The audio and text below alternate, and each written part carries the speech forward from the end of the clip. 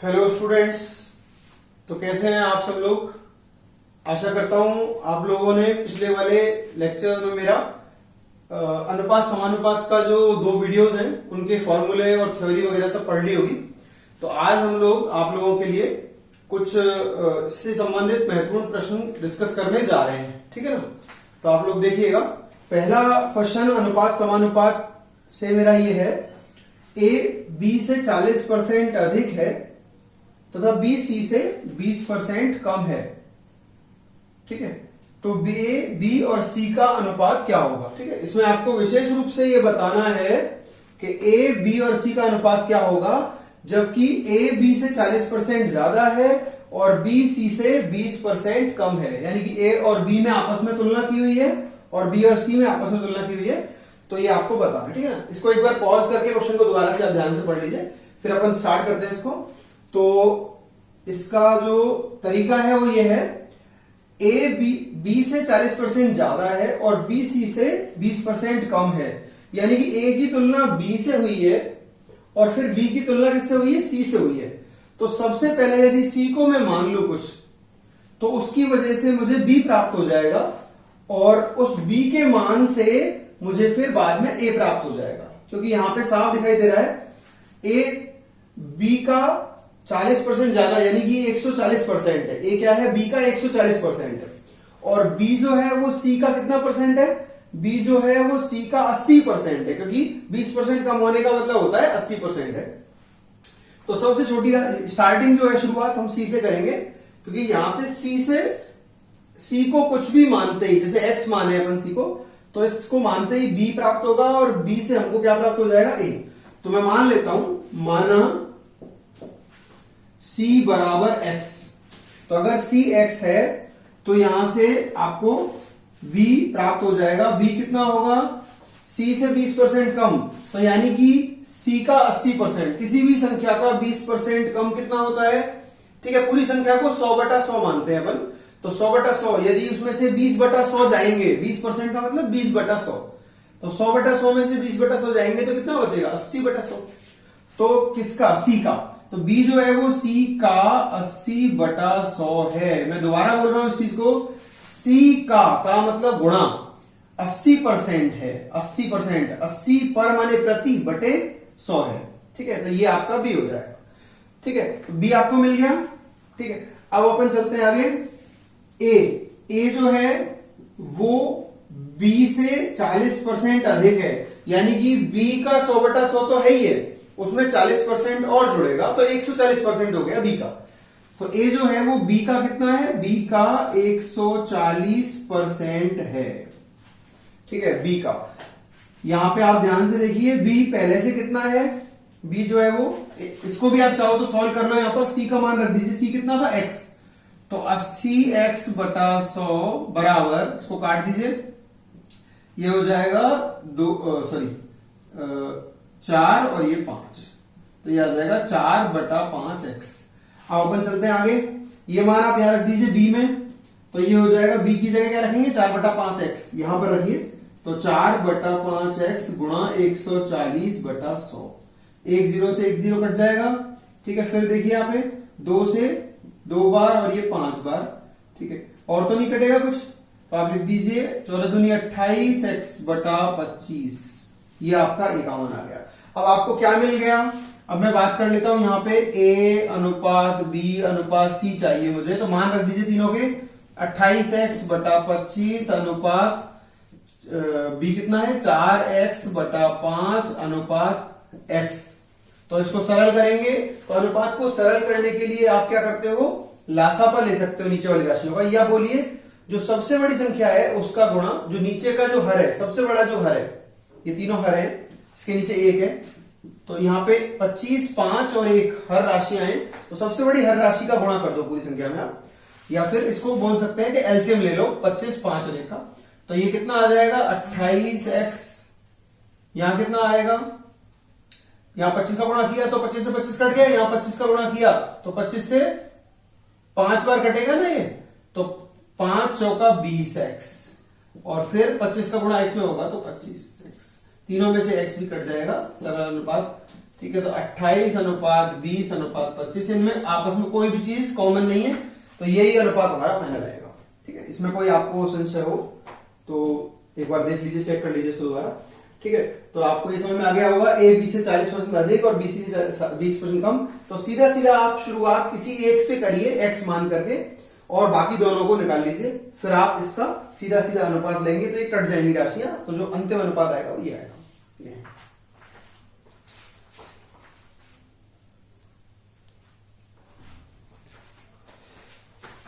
चलिए second question देख लेते हैं हम लोग।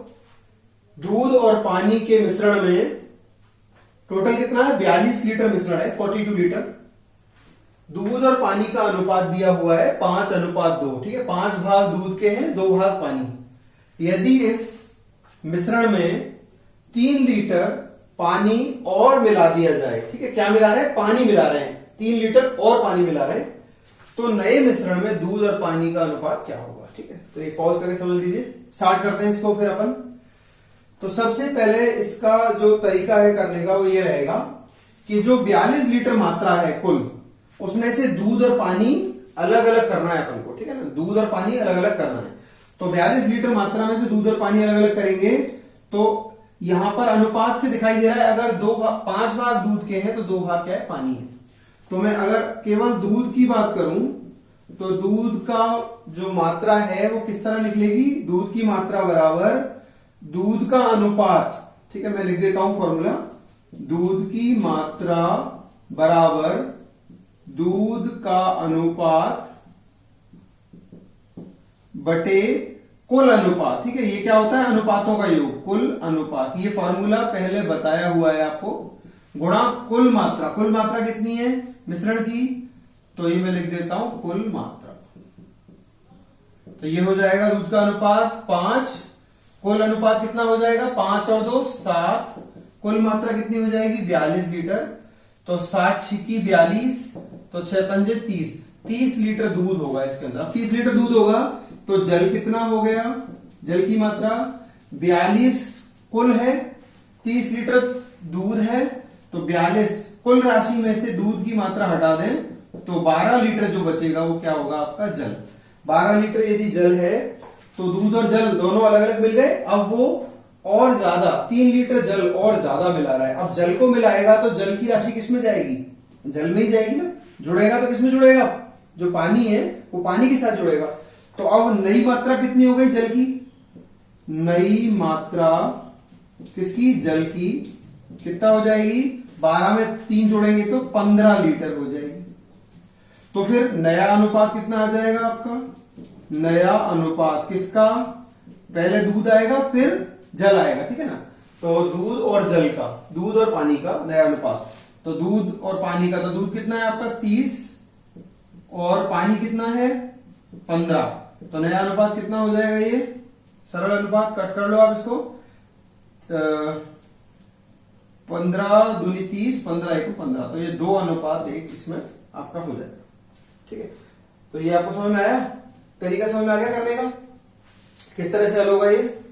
ठीक है, तो आपको ये ध्यान में रखना है कि ये जो फॉर्मूला है ये इसमें बहुत महत्वपूर्ण है। किसी भी चीज की मात्रा निकालनी हो तो उस वस्तु का अनुपात बटा कुल अनुपात, या अनुपातों का योग गुणा कुल मात्रा से ये चीज निकलती है। ठीक है ना, तो ये आपको समझ में आ गया होगा।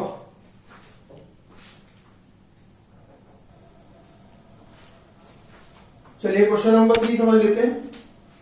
क्वेश्चन नंबर 3 में देख लीजिए आप लोग, 28 लीटर मिश्रण में दूध व जल का अनुपात 3:4 है। ठीक है, कुल मिश्रण कितना है आपका 28 लीटर कुल मिश्रण है, किसका, दूध और जल का, जिसमें दूध की मात्रा 3 भाग और जल की मात्रा 4 भाग है। इसमें कितने लीटर दूध, शुद्ध दूध और डाला जाए कि दोनों का जो अनुपात आएगा मिश्रण के अंदर, जो दोनों का दूध और जल का जो नया अनुपात आएगा वो समान हो जाए, यानी कि दूध और जल की मात्रा बराबर हो जाए। ठीक है, तो अनुपात कितना हो जाएगा दूध और जल का, 1:1। समान का मतलब क्या हो गया, 1:1। ठीक है, ध्यान रखिएगा जो नया अनुपात होगा इस प्रश्न के अनुसार वो कितना होगा, होना चाहिए 1:1, क्योंकि अनुपात समान हो गया, जितना दूध उतना पानी। तो इसको सवाल को समझ लेते हैं किस तरह से करना है। 28 लीटर मिश्रण है तो दूध की मात्रा कितनी हो गई दूध की मात्रा हो जाएगी आपकी दूध का अनुपात बटा कुल अनुपात गुणा कुल मात्रा, ठीक है, मिश्रण की कुल मात्रा 28।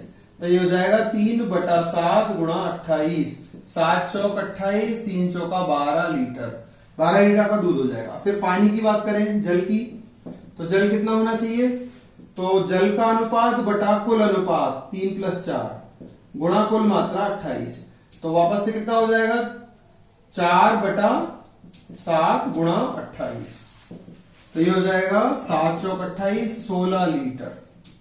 दूध हो जाएगा 12 लीटर, जल हो जाएगा 16 लीटर। अब क्या चीज उसमें और जोड़नी है, कितने लीटर दूध और डाला जाए, यानी कि दूध की मात्रा और जोड़नी है। तो माना x लीटर दूध और डाला, ठीक है, x लीटर दूध और डाला। तो यदि x लीटर दूध और डालेंगे तो नई मात्रा दूध की कितनी हो जाएगी 12 + x लीटर, और नई मात्रा पानी की कितनी होगी, जितनी पहले थी उतनी रहेगी 16। अब ये अनुपात कितना आएगा इन दोनों का 12 + x बटा 16, ठीक है। दूध और जल का जो अनुपात आएगा वो आएगा नया अनुपात 12 + x बटा 16, दोनों को अपन भाग दे देंगे, दूध बटा पानी, यही अनुपात होता है। तो जो नया अनुपात आएगा वो कितना होगा, वो आपका समान होना चाहिए, यानी कि 1/1, 1:1 मतलब 1/1 होना चाहिए। दूध अनुपात पानी बराबर 1:1। तो वज्रगुणन कर लीजिए इसको हल करने के लिए। तो वज्रगुणन करेंगे इसका ऐसे क्रॉस मल्टीप्लाई और इसका इधर, तो आप मल्टीप्लाई करेंगे तो 12 + x बराबर 16, तो x का मान आएगा 12 का पक्षांतरण कर दें, 16 - 12 बराबर 4 लीटर। ये आपका क्या चीज है, 4 लीटर दूध इसमें और डाला जाएगा, ठीक है ना, तब जाके मात्रा दोनों की समान हो जाएगी। समझ में आ गया आपको ये सवाल? ओके, चलिए क्वेश्चन नंबर 4 देख लीजिए आप। इसमें अनुपात समानुपात का क्वेश्चन नंबर 4 है आपका। दो संख्याओं का अनुपात 3 और 4 है, यानी कि दो संख्याओं का अनुपात 3/4 दिया हुआ है, ठीक है। 3 और 4 के अनुपात में दो संख्याएं दी हुई हैं, उनका लसापा यानी कि एलसीएम, लघुत्तम समावर्त कितना दिया है, एलसीएम 180 है उन दोनों संख्याओं का, तो वो दोनों संख्याएं बतानी है, ठीक है। तो ये भी एक बहुत अच्छा सवाल है और आजकल कई बार ये पूछा जा चुका है, तो इसको देख लीजिए आप।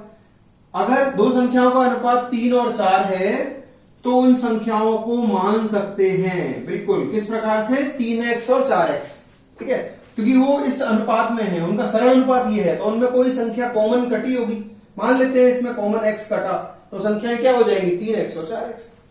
तो माना संख्याएं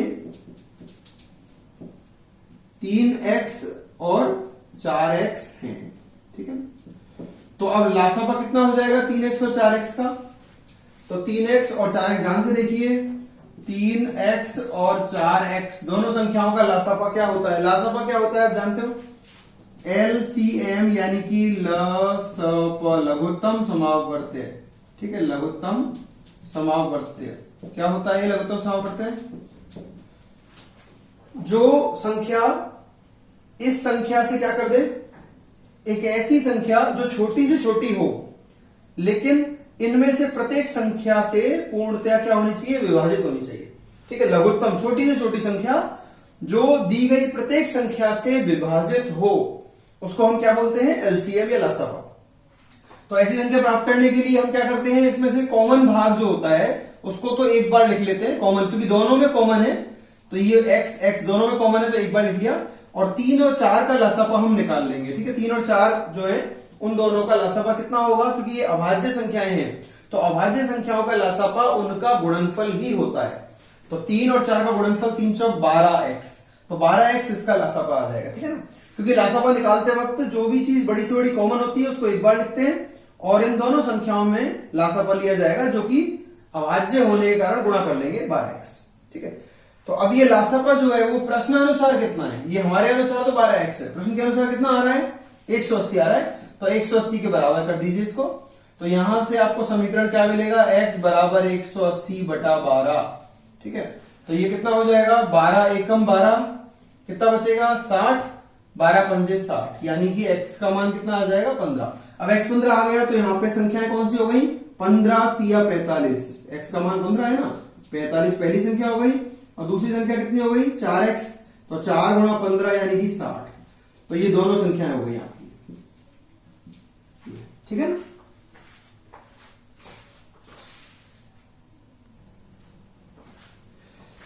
चलिए क्वेश्चन नंबर 5 देख लीजिए आप। क्वेश्चन नंबर 5 जो है वो अभी तक सवाल आपने देखे थे अनुपात वाले। क्वेश्चन नंबर 5 जो है वो एक समानुपात जैसा सवाल है। यदि 10 मजदूर 20 दिन में एक खेत को जोतते हैं, ठीक है, 10 मजदूर एक काम को, यानी खेत का मतलब एक काम को 20 दिन में कर रहे हैं, तो 8 दिन में उसी काम को, उसी खेत को जोतने के लिए कितने मजदूर चाहिए, ठीक है। तो यहां पर ये समझ में आ गया होगा आपको कि काम तो दोनों स्थिति में एक ही है, एक खेत यहां भी है, वही एक खेत यहां पर है, काम तो दोनों में समान है, बस यहां पे जो संबंध है या जो अनुपात है वो किसके बीच में है, मजदूर और दिन। फिर से मजदूर अज्ञात है यहां पे और दिन, तो दोनों जगह अनुपात जो है वो मजदूर और दिनों का ही है, ठीक है। यहां मजदूर निकालना है और दिन दिया हुआ है, यहां पर मजदूर और दिन दोनों दिए हुए हैं, तो जो अनुपात आएगा वो मजदूर और दिन के बीच में ही यहां पर है और उन दोनों के बीच में ही यहां पर है। यहाँ पे दोनों तरफ क्या है, काम समान है, ठीक है, इसलिए उसका अनुपात में शामिल नहीं करेंगे। तो यहां आप ध्यान से देखिए, मैं सीधा लिख रहा हूं उसको, 10 मजदूर किसी काम को कितने दिन में कर रहे हैं भाई, एक काम को कितने दिन में कर रहे हैं, 20 दिन में। अब मैं बात कर लेता हूं, मान लेते हैं x मजदूर उसी काम को कितने दिन में करके देंगे, 8 दिन में करके देंगे। तो पहले आपको पता करना पड़ेगा कि ये संबंध या जो अनुपात है वो सीधा है या उल्टा है। मजदूर बढ़ेंगे तो दिनों का क्या होगा, मजदूर बढ़ेंगे तो क्या दिन बढ़ेंगे, नहीं, मजदूर बढ़ेंगे तो काम जल्दी हो जाएगा, यानी कि दिन कम लगेंगे। तो ये संबंध सीधा नहीं है। अगर मजदूर के बढ़ने से दिन बढ़ते या मजदूर के घटने से दिन घटते तो ये समानुपात होता, यानी कि अनुपात सीधे सीधे तुलना किए जाते, ये अनुपात बराबर ये अनुपात। लेकिन क्योंकि ये उल्टा अनुपात है, विलोम अनुपात है या व्युत्क्रम हो गया इसका, तो हम क्या बोलेंगे, ये उल्टा संबंध है तो इसमें उल्टे अनुपात, ठीक है। अगर इस अनुपात को सीधा लेंगे तो इसको उल्टा करके तुलना करेंगे, ठीक है, क्योंकि मजदूरों के बढ़ने से दिन क्या हो रहा है, कम हो रहा है। तो यहां पर आप ऐसे उल्टा अनुपात कैसे लोगे, 10/x बराबर 20/8 नहीं आएगा, 8/20 आएगा, ठीक है। यहां सीधा अनुपात दिया है तो यहां उल्टा लेंगे अपन, दोनों तरफ उल्टे नहीं करने, एक तरफ सीधा लिखेंगे एक तरफ उल्टा। तो 10/x बराबर 8/20। तो यहां से आप सरल कर लो, x का मान कैसे आएगा, वज्रगुणन कर लो दोनों तरफ, तो 20 गुणा 10 200 बराबर 8x। तो x का मान कितना हो जाएगा, 200/8, 8 दूनी 16, 8 पंच 40, यानी x का मान 25। x क्या चीज है, मजदूर। 25 मजदूर इसी काम को 8 दिन में कर लेंगे, ठीक है। ये आपको समझ में आ गया होगा, यह समानुपात का सवाल है एक तरह से। चलिए क्वेश्चन नंबर 6 देख लीजिए आप। क्वेश्चन नंबर 6 क्या है आपका, एक डब्बे में 1 दर्जन यानी कि 12 बॉल है, जिसमें से कुछ काली और कुछ सफेद है, ठीक है ना। तो जो इनका अनुपात होगा, काली और सफेद बॉल का अनुपात, काली अनुपात सफेद जो होगा वो निम्न में से कौन सा नहीं हो सकता, ठीक है ना, इनमें से कौन सा अनुपात नहीं हो सकता, ठीक है। तो ध्यान से एक बार समझ लीजिए इसको कि मतलब इन चारों में से एक अनुपात निश्चित रूप से कभी भी काली और सफेद का अनुपात नहीं आ सकता, वो आपको निकालना है, ठीक है। तो इसको समझने के लिए सबसे पहले आप ये देख लीजिए, जब भी कभी आप काली बॉल या सफेद बॉल में से किसी भी बॉल को निकालते हो, मान लो काली बॉल की संख्या निकालने जा रहे हैं अपन, तो काली बॉल की संख्या के लिए क्या लिखोगे आप, ठीक है, किसी भी अनुपात को लिखोगे इन चारों में से पहला वाला, क्योंकि पहला अनुपात काली को व्यक्त कर रहा है और दूसरा अनुपात सफेद को व्यक्त कर रहा है प्रश्न के अनुसार। तो पहला कोई भी अनुपात जब लोगे आप, तो मैं लिखूंगा यहां काली बॉल का अनुपात बटा कुल अनुपात, ठीक है, कुल अनुपात, और गुणा कुल संख्या किसकी, कुल बॉलों की संख्या। कुल संख्या कितनी आएगी, 12 आएगी। तो ध्यान से समझ लीजिए, काली बॉल का अनुपात इनमें से कोई भी हो सकता है, 2 3 3 और 7 में से कोई भी हो सकता है। लेकिन जो कुल अनुपात आएगा वो क्या आएगा, यहां पर 2 + 1 3, ठीक है, कितना आएगा यहां पर 2 + 1 3। पहले केस में कितना आएगा 3, दूसरे केस में 3 + 1 4, तीसरे केस में कितना आएगा योग, अनुपातों का योग या कुल अनुपात 3 + 2 5, और चौथे केस में 7 + 5 = 12 आएगा। ठीक है, ये इन चारों पदों को अपन एक एक करके इसके नीचे रखेंगे यहाँ पे, ठीक है ना, कुल अनुपात में। तो कुल अनुपात में जब 3 आएगा तो 12 से कट जाएगा, 4 आएगा तो भी 12 को काट देगा, 12 भी 12 को काट देगा, लेकिन 5 जो संख्या है वो 12 को नहीं काट सकती, 5 जो है वो 12 को नहीं काट सकता, यानी कि 5 को 12 से काटने पर क्या आएगा मान, दशमलव में आएगा, पॉइंटों में, ठीक है ना। और जो भी दशमलव का मान किसी भी संख्या से यहां गुणा होगा तो वो जो मान होगा वो आपका दशमलव संख्या देगा। तो यहां पर अपन को बस ये ध्यान रखना है कि हमारा जो नीचे का जो कुल अनुपात आ रहा है, यानी कि यहां पर जो अनुपातों का योग आ रहा है वो 12 से, यहां की कुल राशि से पूर्णतया विभाजित होना चाहिए।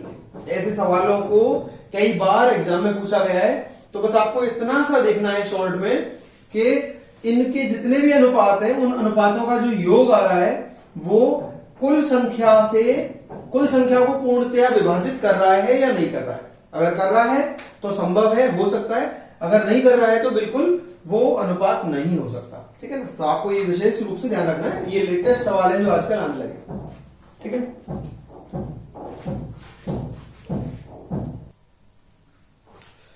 अब चलिए नेक्स्ट क्वेश्चन नंबर 7 समझ लीजिए आप।